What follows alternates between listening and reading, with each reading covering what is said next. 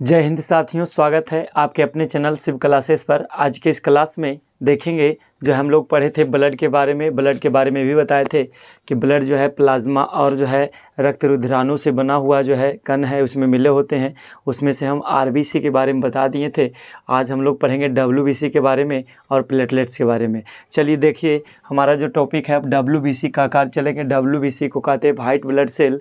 White blood cell श्वेत रक्त कणिकाएँ होती है और इसका पूरा नाम बताएंगे वाइट ब्लड सेल। डब्ल्यूबीसी का पूरा नाम पूछा जाएगा तो बताइएगा। डब्ल्यूबीसी का पूरा नाम वाइट ब्लड सेल होता है।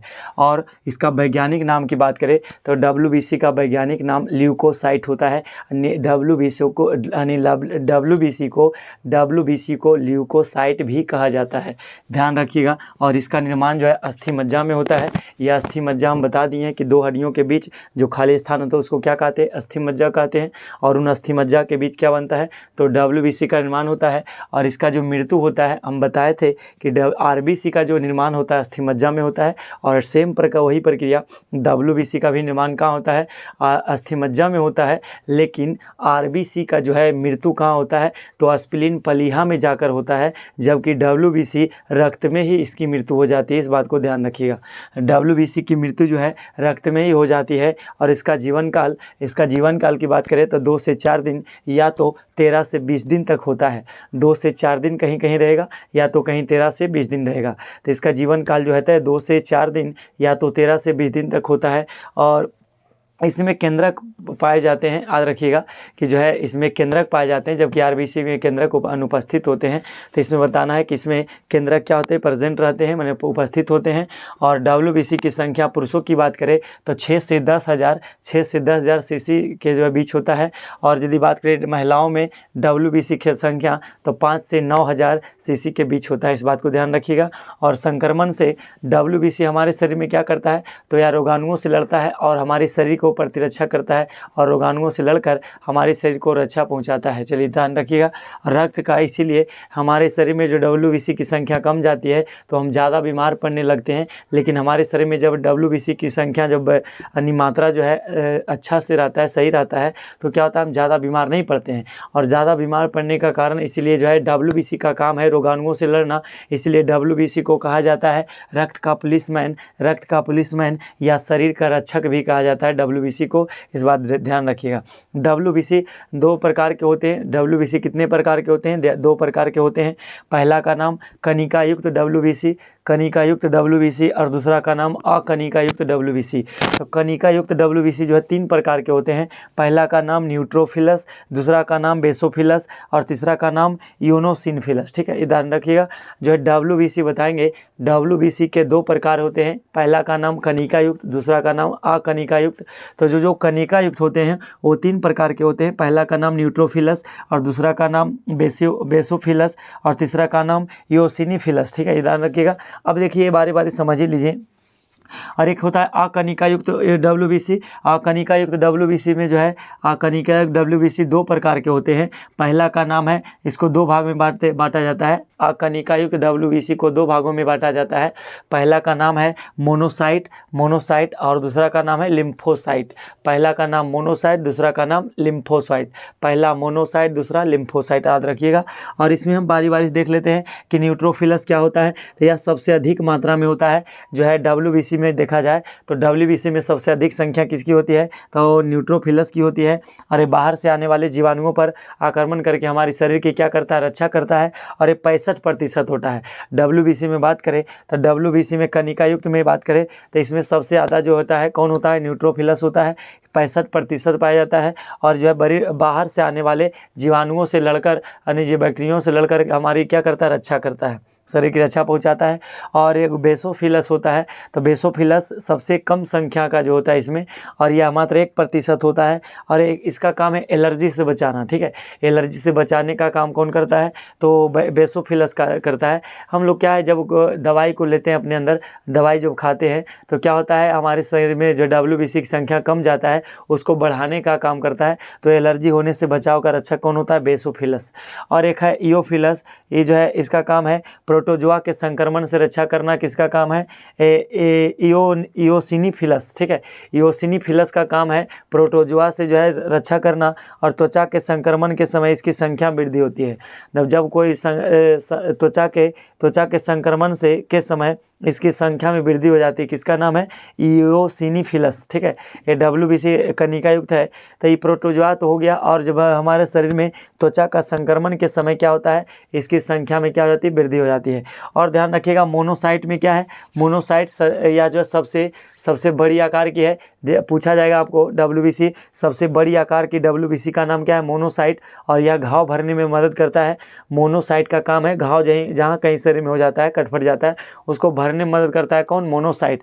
और एक का नाम है लिम्फोसाइट, यह सबसे छोटी आकार की WBC होती है, और यह जो है मेमोरी सेल का निर्माण करता है, ठीक है। ये मेमोरी सेल का निर्माण करता है कौन, लिम्फोसाइट, और एक का नाम है मोनोसाइट। चलिए उम्मीद करते हैं इतना समझ गए होंगे। अब आगे बढ़ते हैं, प्लेटलेट्स। अगला क्या हमारा है, प्लेटलेट्स है, जिसे रक्त बिंबाणु कहते हैं, और इसका नाम क्या है, थ्रोम्बोसाइट है, ठीक है। इसका वैज्ञानिक नाम बताएंगे, थ्रोम्बोसाइट होता है। और यह जो अस्थि मज्जा में इसका निर्माण होता है, और मृत्यु कहाँ होती है, जिस प्रकार जैसे RBC का मृत्यु होता था पलिहा में, उसी प्रकार प्लेटलेट्स की भी मृत्यु कहाँ होती है, पलिहा में होती है। इसका जीवन काल की बात करें तो 3 से 5 दिनों तक प्लेटलेट्स जो हमारे शरीर में जीवित रहता है, और उसके बाद इसकी मृत्यु हो जाती है कहाँ जाके, पलिहा में, जिसे स्प्लीन भी कहा जाता है। और स्प्लीन कहाँ होता है, हमारे आमाशय के जस्ट पेट जो हिस्सा होता है, उसके जस्ट पीछे वाला हिस्सा को क्या कहते हैं, पलिहा, उसके जस्ट पीछे होता है, उसी में जाकर के इसकी मृत्यु हो जाती है।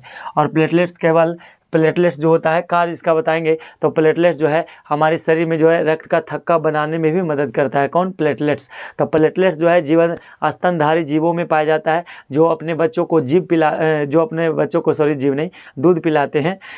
बच्चों को दूध पिलाते हैं, वैसे जीवों में क्या पाया जाता है, प्लेटलेट्स पाया जाता है। तो देखिए प्लेटलेट्स केवल स्तनधारी जीवों में होते हैं, इसलिए कभी कभी क्या होता है, जब हमें बुखार हो जाता है, ऐसा बुखार, तो जब बुखार आ जाता है, देखिए आगे बढ़ेंगे तो डेंगू बुखार जब हो जाता है, उस समय हमारे शरीर में जो है प्लेटलेट्स की संख्या घट जाती है, और काफ़ी कमजोरी महसूस होता है। तो उस समय क्या किया जाता है, कहा जाता है बकरी का दूध पिलाने से क्या होता है, प्लेटलेट्स जो है मात्रा बढ़ जाता है। तो स्तनधारी जीवों में जो प्लेटलेट्स की मात्रा होती है, और उसके जब हम सेवन करते हैं दूध का, तो क्या होता है, हमारे अंदर प्लेटलेट्स की मात्रा आ जाती है। और प्लेटलेट्स की जो है केवल स्तनधारियों में होते हैं, और समानता व्यक्ति के शरीर में जो है, समान व्यक्ति के शरीर में प्लेटलेट्स जो है 1.5 लाख से 1.5 लाख से 4.5 लाख प्रति माइक्रोलीटर होता है, ठीक है। एक सामान्य व्यक्तियों के शरीर में 1.5 लाख से 4.5 लाख माइक्रोलीटर जो क्या होता है, तो उतना जो है क्या होता है, प्रति माइक्रोलीटर प्लेटलेट्स होते हैं। और डेंगू बुखार होने से इसकी संख्या तेज़ी से क्या हो जाती है, घट जाती है। जब आपको जो है डेंगू बुखार हो जाएगा, डेंगू बुखार हो जाने से इसकी संख्या क्या होती है, घट जाती है, प्लेटलेट्स की संख्या घट जाती है। और इसके संख्या मतलब पूछे जाएगा आपसे कि जो है प्लेटलेट्स की संख्या कब घट जाती है तेज़ी से, तो डेंगू बुखार होने से। और जो है नोट में याद रखिएगा, हम उसमें RBC के बारे में अगले वीडियो में बता दिए हैं, और जो है पार्ट 3 देख लीजिए आप लोग। तो रात में सोते समय एक बात ध्यान रखिएगा, नोट इस बात को ध्यान रखिएगा कि रात में सोते समय RBC की संख्या में क्या हो जाती है, कमी हो जाती है। जब हम रात में सोते हैं तो RBC की संख्या में कमी हो जाती है, और ऊंचाई पर जब चढ़ते हैं तो RBC संख्या में वृद्धि हो जाती है। कैसे, तो हमारे शरीर में अस्थि मज्जा जो होता है कार्य करना कम हो जाता है, तो हमारे शरीर में RBC का निर्माण कम होता है। इसलिए जब हम सो जाते हैं तो उस स्थिति में RBC की संख्या कम जाती है। और जब हम ऊंचाइयों पर चढ़ते हैं, अब मान लीजिए जैसे पर्वतारोही है, उसका शारीरिक कार्य ज़्यादा होता है, तो उसमें क्या होता है, RBC की संख्या क्या हो जाती है, बढ़ जाती है, अस्थि मज्जा में ज़्यादा निर्माण होता है। और गुस्से में भी RBC की संख्या अधिक हो जाती है। जब हम गुस्से में होते हैं तो RBC की संख्या, रेड ब्लड सेल का जो है लाल रक्त कणिकाएँ क्या होता है, वो बढ़ जाता है हमारे शरीर में, इस बात को ध्यान रखिएगा। और RBC की संख्या में कमी होने का एक और कारण है मलेरिया नामक रोग हो जाने से आपके शरीर में और हमारे शरीर में, मानव शरीर में RBC की संख्या क्या हो जाती है, कम जाती है, इस बात को ध्यान रखिएगा। एक है हीमोफीलिया, ठीक है। हीमोफीलिया एक बीमारी है। हीमोफीलिया बीमारी क्या होता है, एक आनुवांशिक रोग है। हीमोफीलिया एक आनुवांशिक रोग है। इसमें क्या होता है कि किसी व्यक्ति को हो गया हीमोफीलिया नामक रोग, उसका खून जो है जमता नहीं है, रुकता नहीं है और बहते रहता है। यदि हम कहीं सड़क पर गिर जाते हैं, दुर्घटना हो जाती है और अचानक गिर गए और हाथ कहीं कट फट गया, तो उससे जो ब्लड चलता है, सिराएं द्वारा जो ब्लड बाहर निकलती है, और उस स्थिति में क्या होता है, सिराएं से जितना भी ब्लड है रुकता नहीं है और वह जो है बहता ही चला जाता है, जिससे व्यक्तियों की क्या जाती है, मृत्यु हो जाती है। और एक काफ़ी खतरनाक बीमारी है, इसका नाम है हीमोफीलिया बीमारी। और एक जो है ये राजशाही बीमारी है। और ये क्या है, राजशाही बीमारी क्यों है, क्योंकि एक महारानी विक्टोरिया थी जो यूरोपियन परिवार में हुआ था।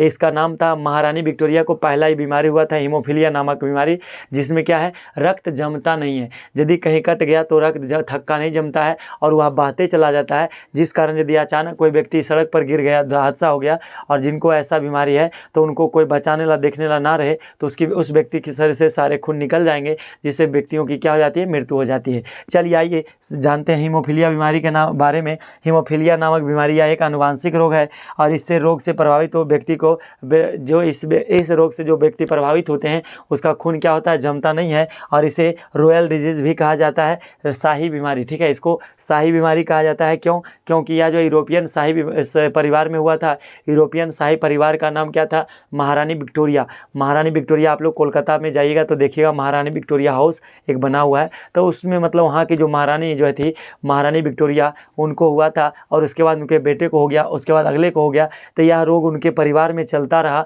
और खून जो है जमता नहीं है इसमें। ठीक है, तो इसको एक शाही बीमारी क्यों कहा गया, काफ़ी एक लंबे समय तक चला। महारानी विक्टोरिया के घर में महारानी विक्टोरिया सबसे पहली बीमारी किसमें देखा गया, तो महारानी विक्टोरिया में हुआ था। और उसके उन्हें जब हुआ तो उनके परिवार में सबको हो गया, इसलिए उसको कहा जाता है शाही बीमारी। ठीक है, उसको शाही बीमारी कहते हैं, रॉयल डिजीज़ के नाम से भी जाना जाता है। यूरोपियन शाही परिवार में महारानी विक्टोरिया को हुआ था और यह एक जो है सबसे पहली बार हुआ था किसको, महारानी विक्टोरिया को। इस बात को ध्यान रखिएगा। और रक्त का हुआ कौन सा, एक बात ध्यान रखिए, क्वेश्चन अगला है कि रक्त का कौन सा घटक है जो रक्त वाहिकाओं में इसके थक्का बनने से रोकता है। देखिए, रक्त का वह कौन सा घटक है, यानी रक्त में क्या पाया जाता है, रक्त में वो ऐसा कौन सा ऐसा चीज़ है जो हमारे नस में जब रहता है तब खून जमता नहीं है, लेकिन जैसे शरीर से बाहर आती है तो क्या होता है, खून जम जाता है। ऐसा क्यों? तो उसका नाम में मेन कारण है हिपेरिन। हिपेरिन नामक जो उसमें पदार्थ होते हैं जिसके कारण जो है हमारी वाहिकाओं में, नलिकाओं में जो है खून नहीं जमता है, और जैसे ही बाहर आता है तो ऑक्सीजन के संपर्क में आता है तो वह क्या होता है, जमना शुरू हो जाता है। तो बताएंगे कि हमारे रक्त का जो है कौन सा ऐसा घटक है, कौन ऐसा कारण है, रक्त में कौन ऐसा पदार्थ मिला हुआ है जिसके कारण हमारे शरीर में नलिकाओं में जब रक्त का परिवहन हो रहा होता है उस समय हमारे शरीर में खून नहीं जमता है, लेकिन जैसे ही बाहर आता है, जैसे गिरते हैं, कटते हैं, उसको कहीं गिर जाता है खून तो वह क्या हो जाता है, जम जाता है, थक्का जम जाता है। क्यों? तो हिपेरिन के कारण वह जम नहीं पाता है। इस बात को ध्यान रखिएगा। और संख्या की बात करें तो आरबीसी, डब्ल्यूबीसी और प्लेटलेट्स, तो हमारे शरीर में जो है आरबीसी, डब्ल्यूबीसी और प्लेटलेट्स, रक्त रुधिराणु की बात करें तो उनमें जो है ब्लड में तो आरबीसी, प्लेटलेट्स और डब्ल्यूबीसी होते हैं। तो सबसे ज़्यादा मात्रा किसकी होती है, तो बताएंगे सबसे अधिक मात्रा आरबीसी की होती है, उसके बाद किसकी होती है, तो प्लेटलेट्स की होती है, उसके बाद अंत में सबसे कम किसकी होती है, डब्ल्यूबीसी की होती है। इस बात को ध्यान रखिएगा। यानी जो है, और इसका कोई डब्ल्यूबीसी का आकार में क्या होता है, कोई आकार नहीं होता निश्चित। अब यहाँ देखिए आकार की बात करें तो डब्ल्यूबीसी का आकार जो है सबसे बड़ा होता है। सबसे अगर जो बात करें तो आकार में बात करेंगे तो सबसे बड़ा आकार किसका होता है, डब्ल्यूबीसी का होता है। और उसके बाद किसका होता है, तो उसके बाद डब्ल्यूबीसी का आकार सबसे ज़्यादा आकार जो है डब्ल्यूबीसी, उसके बाद प्लेटलेट्स, तब क्या है, आरबीसी। इस बात का ध्यान रखिएगा। सबसे बड़ा आकार किसका, डब्ल्यूबीसी का, उससे छोटा कौन, प्लेटलेट्स का, उससे छोटा कौन, आरबीसी का। और एक बात और ध्यान रखिएगा कि हमारे शरीर में जो है पूछा जाएगा, रेशियो पूछा जाएगा, आरबीसी, डब्ल्यूबीसी और प्लेटलेट्स का रेशियो बताइए। तो बताना है आरबीसी का रेशियो हमारे शरीर में 600:1:40 होता है। मतलब जहाँ हमारे शरीर में डब्ल्यूबीसी की संख्या 1 होती है वहाँ आरबीसी की संख्या कितना होता है, 600 होता है।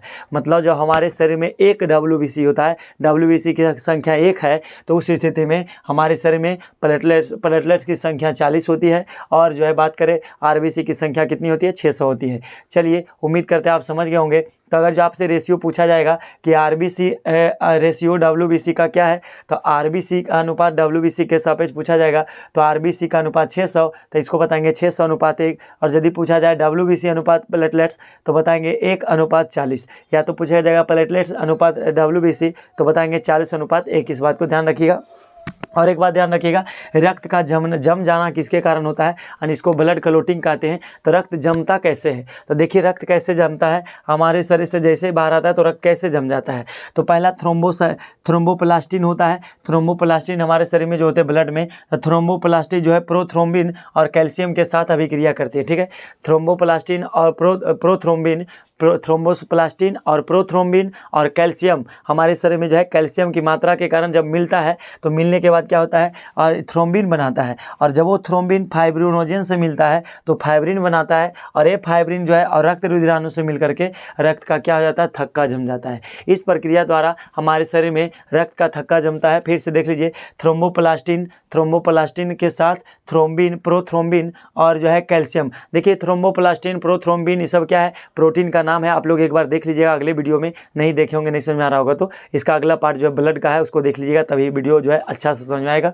तो थ्रोम्बोप्लास्टिन और प्रोथ्रोम्बिन और कैल्शियम जब आपस में मिलते हैं तो थ्रोम्बिन बनाते हैं, अभिक्रिया का थ्रोम्बिन बनाते हैं, और थ्रोम्बिन मिल करके और फाइब्रिनोजन से मिल करके फाइब्रिन बनाता है, और फाइब्रिन और रक्त रुधिराणु मिल करके क्या बनाते हैं, रक्त का थक्का जम जाता है। इस प्रकार हमारे शरीर में जो है इस प्रकार शरीर से जैसे ही बाहर होता है तो इस प्रकार जो है रक्त का थक्का जमता है, ठीक है। रक्त का थक्का जमने का ऐसा प्रक्रिया अभिक्रिया है। और इस प्रकार जो है हमारा जो है हमारा लेक्चर सेशन था क्या चीज़ का, ब्लड का पूरा बात समझाने का प्रयास किए हैं। और फिर मिलेंगे अगले क्लास में। सभी को जय हिंद। वीडियो कैसा लगा, यदि अच्छा लगता है तो एक लाइक का बटन अवश्य दबाएं। सभी को जय हिंद, बाय।